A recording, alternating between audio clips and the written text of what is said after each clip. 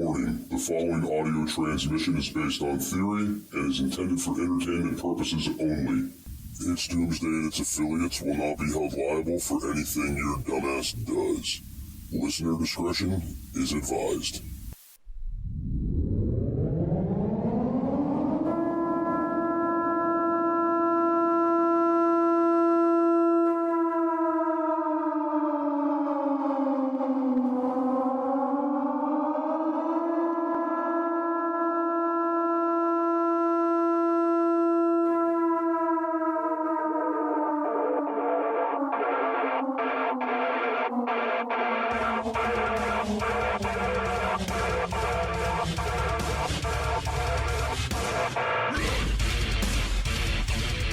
Welcome everybody to It's Doomsday Podcast. Today is Sunday, January 28th, 2024. Time is 7:46 p.m.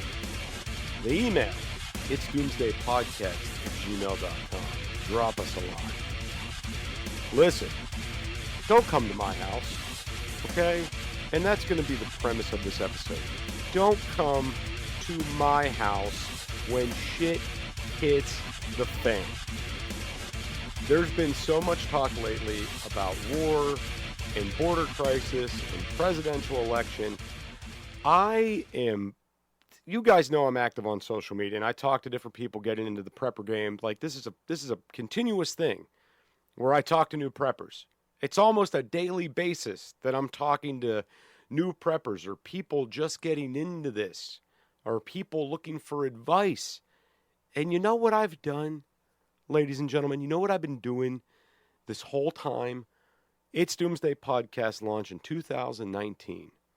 I've been cataloging prepper information for you, bringing on experts and authors and guests to try to help get you guys prepared. If you find someone that says, I'm coming to your house when shit hits the fan, you say, nope, you need to go listen to It's Doomsday Podcast. You need to share this show with them.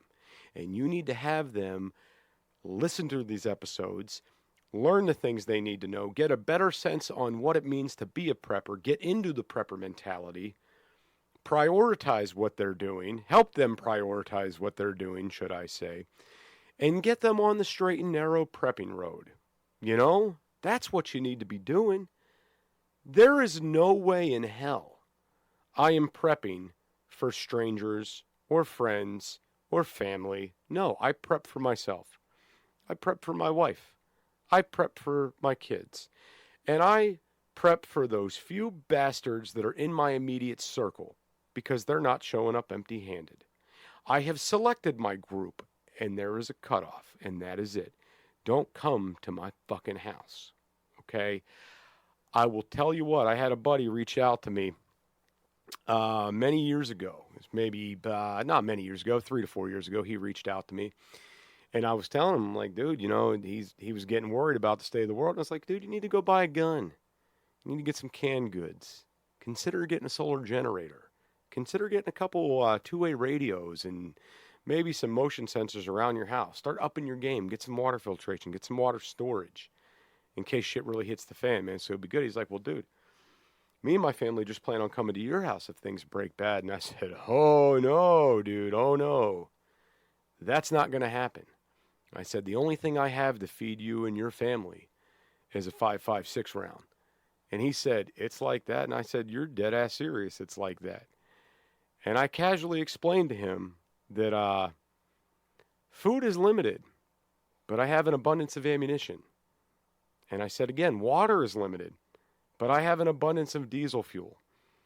And I will happily sacrifice a few rounds and a gallon of diesel to dig a hole. Right? Because that's just the way it is. Because when it comes to my kids' safety and my kids being comfortable and my kids eating, that comes above all else. If you're someone that's new to the prepping world or the prepping industry, maybe you ought to consider hitting up some of these events that are taking place. Get a sense of community. Maybe find that one person that wants to band together and start a group, because there are people out there that want to do that. That's not a horrible thing. It's not a bad thing, okay? Prep Stock is a great example of this. Prep Stock is an event that we host. Okay, myself, local prepper, a handful of others, the B-Man Jay. will be there. Rusty Shackelford will be there. Guys, we're going to be at this event trying to help you guys get better prepared. Prepstock.net. Go there. Get the information you need. Find out whatever you need to know about coming to the event. Come out, meet up with us in October. Buy a ticket. And we will help you guys survive the apocalypse. Okay, that's the whole premise of this event. This is the whole reasoning for this event, is to help get people better prepared. With what's going on right now, it seems like it's more and more of a frequent thing where I'm getting more and more questions and more emails, more and more people reaching out. Hey, what do I do? You listen to this Doomsday podcast. That's what you do. Share it with your friends and family. That's what you do. You don't understand, and no one understands. Listen to me. Listen to me very carefully. Sharing this show with people around you is a prep in itself. Because if you share this with Jerry, Jerry's going to start prepping. And then guess what? Jerry's somebody that you don't have to watch your back for anymore. And Jerry might become better prepared than you. And Jerry might save your ass. Do you get what I'm saying? Sharing the show, helping getting other people to prep is a prep in itself. Are you looking for something kick-ass to add to your closet? Reaper has the hookup for t-shirts, hoodies, button-ups, hats, beanies, and plenty of other badass products.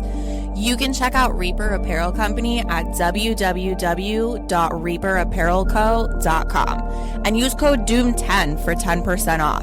Jester only stands behind brands he believes in, and Dan at Reaper Apparel has a mission, and Jester is on board. Go check out www.reaperapparelco.com today and use code DOOM10 for 10% off your entire order. Why be a sheep when you can reap? Use code DOOM10 for 10% off at www.reaperapparelco.com today. Now, I've been highly annoyed lately with the lack of preparation in our society. I really have been. It's been driving me nuts seeing this society that just eats McDonald's and relies on Walmart and eats fast food 5 times a day. You're not going to survive if you're one of these people. And I'm not fat shaming, but we're going to go down a road for a second. The bigger you are, the more horrible health that you're in, the more dependent you are on medications, the less likely you are to survive any kind of shit hits the fan scenario. And you could say, Jester, that's mean. I don't care. Somebody needs the truth. Somebody needs to hear it. I don't fucking care. Get yourself in better shape. Get your health in order. Do that shit. Okay? There's no excuse of why you can't get up and go for a walk. There's no excuse of why you have to suck down McDonald's. There's no excuse for this shit. You do these things because you choose to do them. You can't blame anybody else. You can't put it on anybody else's shoulders. This is on you. If you're not going through the proper steps to get, body and mind in the proper shape for a shit hits the fan scenario, that is on you. And I'm just gonna ask you a hypothetical scenario. If you're in a burning building and the walls are crashing down around you, who do you want coming up the stairs to save you from that burning building? Do you want some 350-pound, out-of-shape, fucking overweight firefighter that barely got his ass up those stairs, that's out of breath and coughing and choking and trying to drag you down the hall as shit's burning down around you? Or do you want that firefighter who's in great shape that ran up those stairs, tosses you over his shoulder and carries you down and brings you to safety? What do you want? The same goes for this scenario. Get your mind in better shape, get your body in better shape, because when shit really hits the fan, you're going to need to be in that better shape for survival. And most of you out there are not going to make it. You're not going to. If you're one of these people that I'm describing, you're not going to make it. And you know what? And there's nothing that can be done. There's nothing I could say to ease that pain. That is just simply the fucking way it is. But I knew people, and I've known people that are not in that good of shape. And they know they can't run through the woods. They know they've got health issues. They got this, that, the other. And they've said to me, Jester, If shit hits the fan, I will shoot for you so you and your family can leave. Until then, just give me some, company in the apocalypse and I can contribute where I can. The only thing I can offer is gardening and pulling that trigger. Like, I'm not going to run and gun. I'm not going to fight, but I'll offer some protection so your family can get the fuck out of here. I'll help create a distraction. Because honestly, being here is just prolonging life a little bit. If we get into a firefight, I'm as good as dead anyway. But let me pop off some rounds for you to get out of here type situation. Some people need to know their role, and some people need put in their place. And that's kind of what this episode's about today. I spent years building up my prepper pantry, learning and acquiring skills, taking hours to do research, taking hours to prep foods and do different things, and tons of money stockpiling different things that I feel will help me survive in the apocalypse. I didn't buy what I bought for my neighbor or for a friend. I bought this for my family. Okay? I bought this to protect myself. And I want everybody out there to start getting into this mentality of you need to do what you're doing for yourself and your family. This isn't about your neighbor. This isn't about your buddy down the road. That's not what this is about. And I'm not saying you shouldn't have a sense of community. Whenever last hurricane I went through in Florida, we were the only ones on the block with power. I was happily giving my neighbors ice because they didn't have any. I was happy to help out. Did I allow people to come to my house to wash their clothes or put things in my fridge or this, that, the other? No, but mainly because nobody asked me to. I probably would have been like, yeah, you can use my washer. You're out of underwear. Here, let me help you out, bro. I would have done that. I would have allowed people to throw some meat in my fridge and freezer so it didn't go bad. Nobody asked me to do that, right? Mainly people came to me for ice because it was hot and they wanted something cold to drink. Had a week gone by, those scenarios probably would have started coming up. 2 weeks has gone by that more things like that would have happened, but we went a week without power and everybody in my neighborhood kind of banded together and helped each other out. And that's not what I'm saying you should or shouldn't do. That's your own prerogative. A sense of community is a good thing. But if you're one of these motherfuckers who has never prepped and who has never stockpiled a goddamn thing, do not come to my house because I am not in this to take care of anybody but myself and my family and my kids. That is it. That's who I do this for. Okay? If you think I'm going to let my kids go hungry so your kids can eat, you got another thing coming. And anybody that calls me an asshole for that, no. I'm not an asshole. I'm a father. Period. Do you have enough food in your pantry for when disaster strikes? Go to www.readywise.com and utilize code DOOM10 for 10% off your entire food order. ReadyWise offers long-term food storage items such as chicken and beef that last up to 15 years. But that's not all. Go to www.readywise.com and use our code DOOM10 for 10% off of organic food as well. Offering chili, pasta, and soups, they have you covered. Did we mention they have fruits? Bananas, blueberries, strawberries, and apples, just to name a few. With many more food options for your home, car, or bug-out bag, ReadyWise has your six. Go to www.readywise.com now and utilize code DOOM10 for 10% off. That's what it's about. That is why I do what I do. You want to protect your kids, right? You'd kill for your kids. I do the same thing.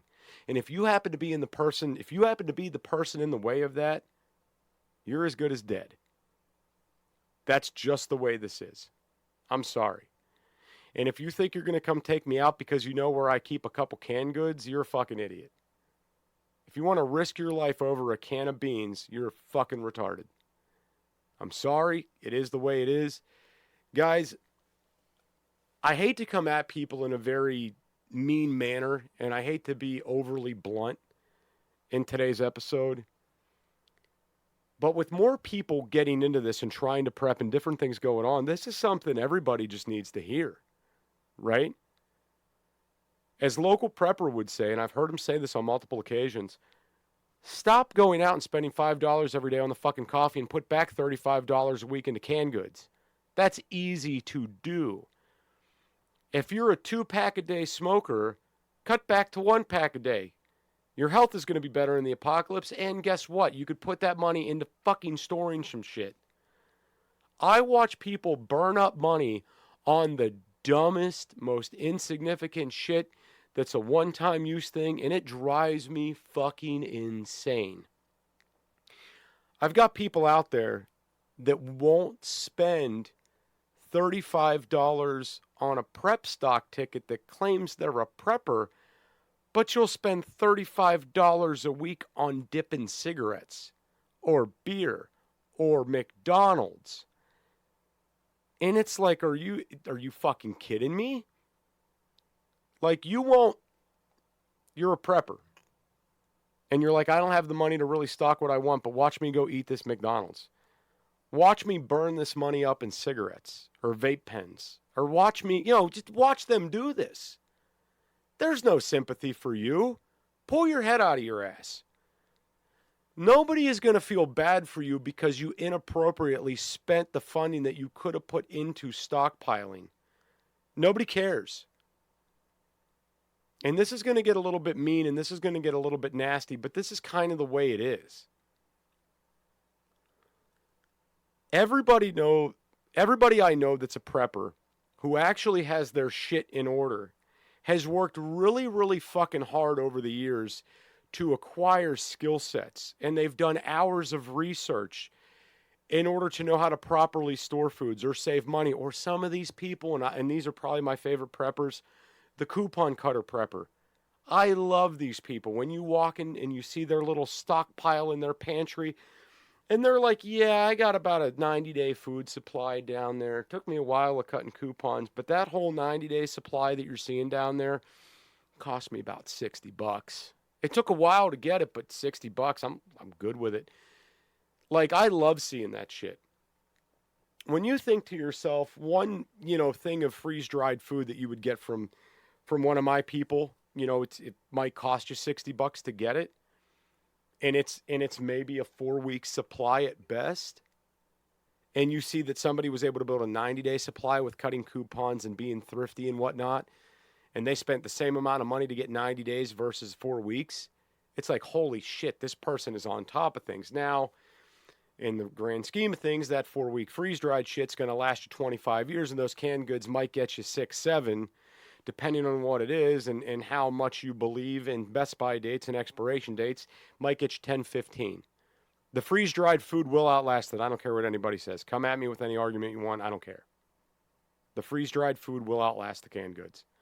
It's just the way it is. And I know there's 80 fuckers out there listening right now that are probably like, well, Jester, I saw videos where they were opening stuff up for World War II and eating it, and that was a lot longer ago. Yeah, okay, one-off scenario. That's not guaranteed. You don't know how those canned goods were stored. You don't know if they were properly packaged in the first place. I know this freeze-dried food's good.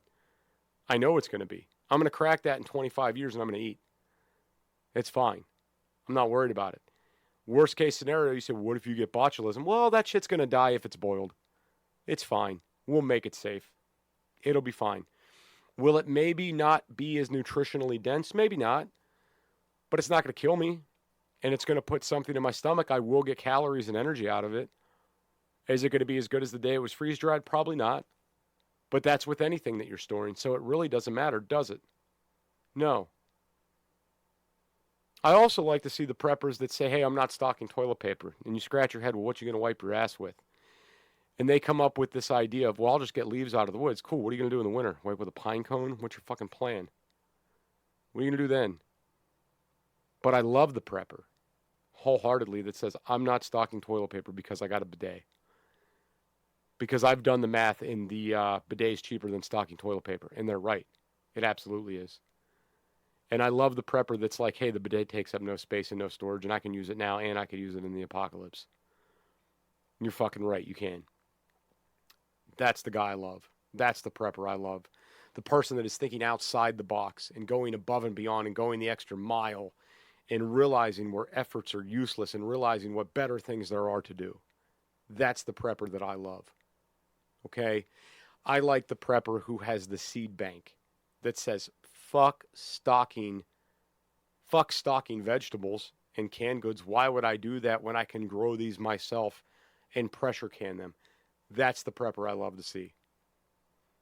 Anybody can go buy shit and put it in a fucking closet. Anybody can do that. What mentality do you possess that's going to absolutely, wholeheartedly have you fucking survive the apocalypse?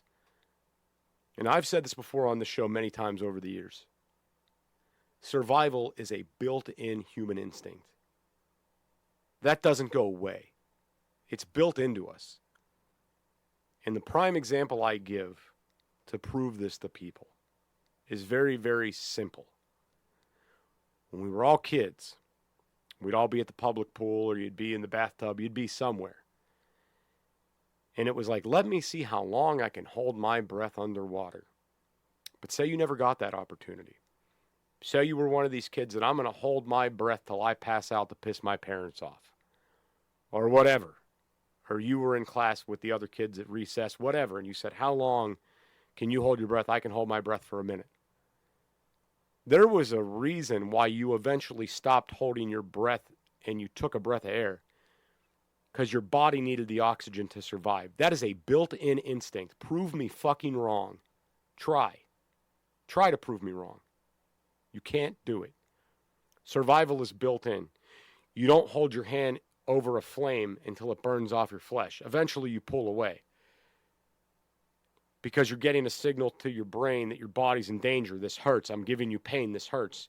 Your nerve endings are burning up. Stupid, get away from the fire. You don't continuously burn yourself on the stove every day before you learn, hey, that shit's hot. You learn. Okay? Your body wants to survive. Survival is built in. We're going to do an episode soon talking about cannibalism and how often that occurs in survival situations. You'll eat your buddy to survive. Isn't that something wild to think about? We want to survive that badly. We'll eat a friend. We'll eat a loved one. We'll eat a relative. Because that's how bad you want to survive. That you will resort to cannibalism in order to put something in your stomach. Fire is one of the most basic essentials for survival. Whether you're camping, hiking, or preparing for disaster, Blackbeard has your six. Go to www.blackbeardfire.com and utilize code DOOMSDAY for 10% off your entire purchase. Blackbeard offers stormproof matches, plasma arc lighters, fire starters, and ferro rods, all of which are great for your bug out bag. Once again, go to www.blackbeardfire.com and utilize code DOOMSDAY for 10% off your entire purchase.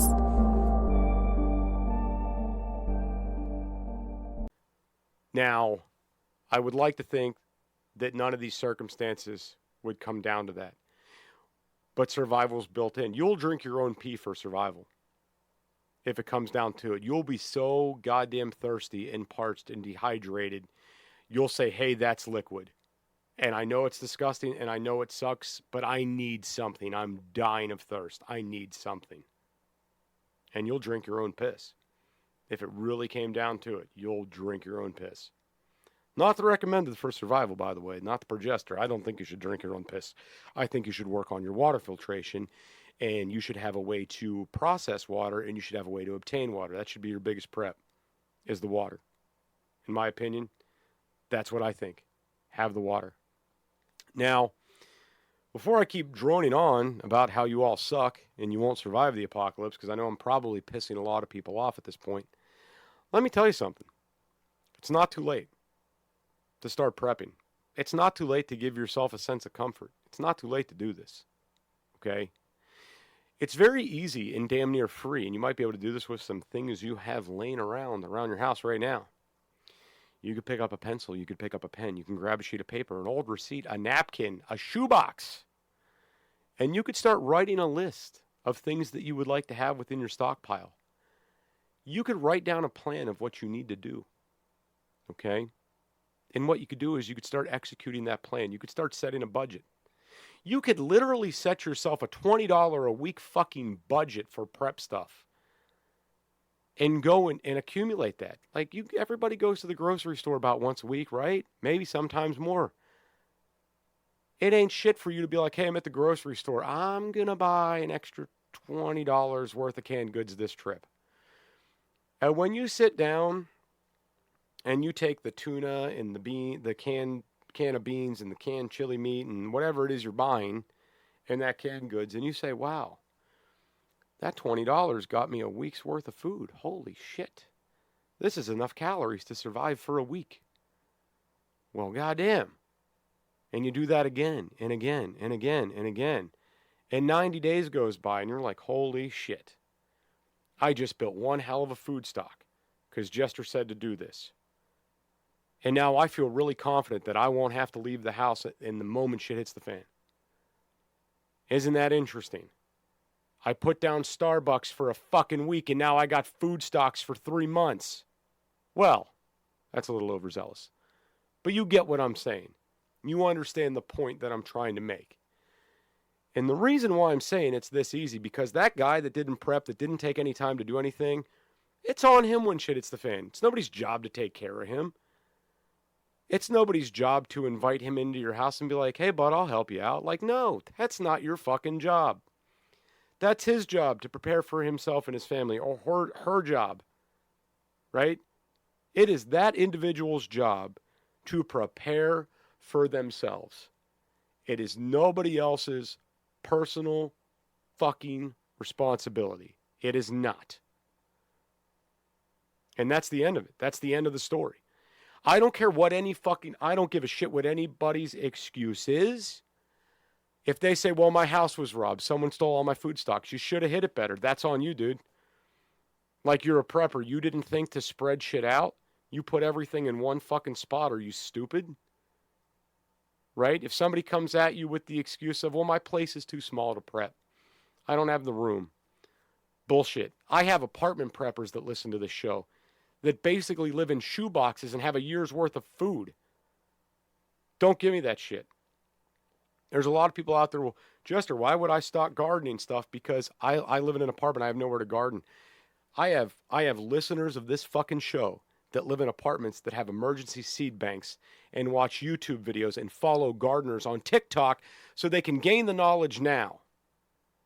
I have listeners that fucking study the farmer's almanacs that don't even garden because they want to try to retain information about things. There is not one good excuse anybody can give me about why they're not doing something. Do you understand? So when shit hits the fan, so to speak, in any capacity that may be, your survival is on you. It's not on your friend. It's not on your buddy. It's not on your neighbor. It's not on your mommy and daddy. This is on you. And if you don't like this message, sorry guys, 911 calls are coming in. If you don't like this message, and this upsets you, or this bothers you, that means you're one of these people. Because I know I'm going to get emails after this episode that are like, Jester, who the fuck pissed you off? What put you on this soapbox today? Want to be a guest on the show? Email itsdoomsdaypodcast@gmail.com. That's itsdoomsdaypodcast@gmail.com. And there's no one in particular. It is our fucking society. It is killing me. You know, motherfuckers out there can't boil water. And they think that they're going to survive the apocalypse because they got some canned pears and an extra roll of toilet paper in the cabinet. No. That is not the case. You will not survive. When Big Daddy Prep was still in here with me doing the show, we would simplify things down for you guys, like really, really easy. You know, you need this much water a day to drink, you need this much water a day for hygiene, and you need to have this much water put back to deal with emergency medical situations because you're going to want good, clean, distilled water to clean a wound with. So if you can't stock it, fucking make it. Figure out a way to make it. How many of you went out and bought a still? I got one, so I could distill water. That's something everybody should have. And if you don't have one, you can make one. I've done videos online showing you guys how to distill water with a mason jar, tea light candles, and a Red Bull can. You can fucking do this easier than what you think you can. It takes dedication. It takes the mindset of survival. And you may not have it now, but when shit hits the fan, you fucking will. How many of you got creative and started learning new shit and doing new shit when you were stuck in the house during the lockdowns? My wife all of a sudden started baking bread like a crazy person. I'm looking at stylists and I'm like, I know you could bake and you could cook, but man, you are cranking out some bread. This is awesome. She looks at me. She's like, what the fuck else am I going to do? Like, we're stuck in the house. I can't go to work. I'm like, well, sweetheart, you bring up a good point. What else are you going to do? So people will get creative. You will learn to do things. The lockdowns should have taught us a valuable lesson, but it was a lesson that was soon fucking forgotten.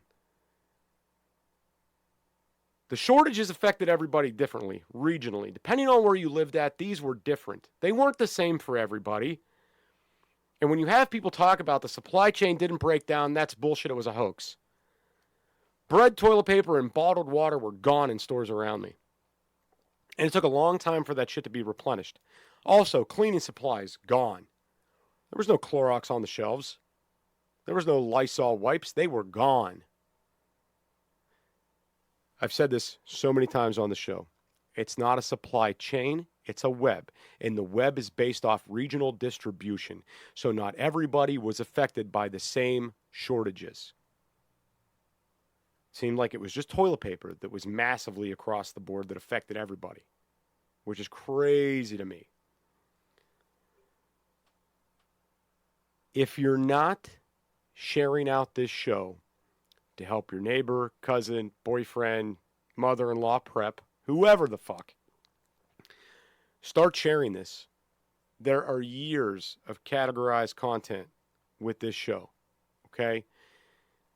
And if you got a topic suggestion, if there's something you want to know, email in. We've covered a lot of bases on the show. We haven't covered everything. But this is a great place for the new prepper to start.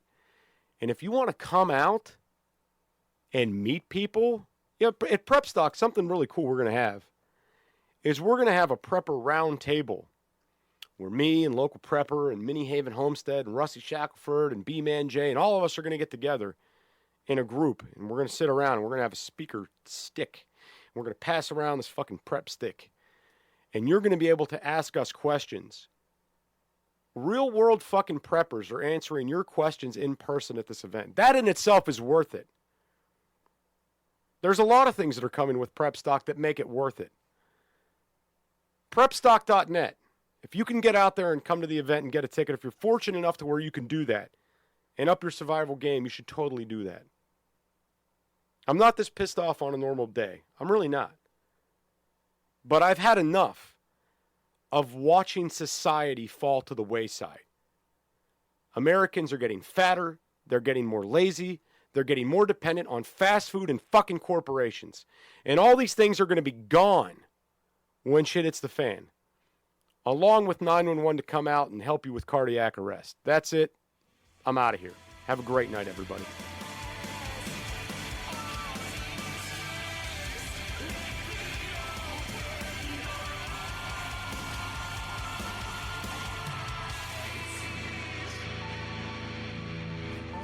This is an emergency action message.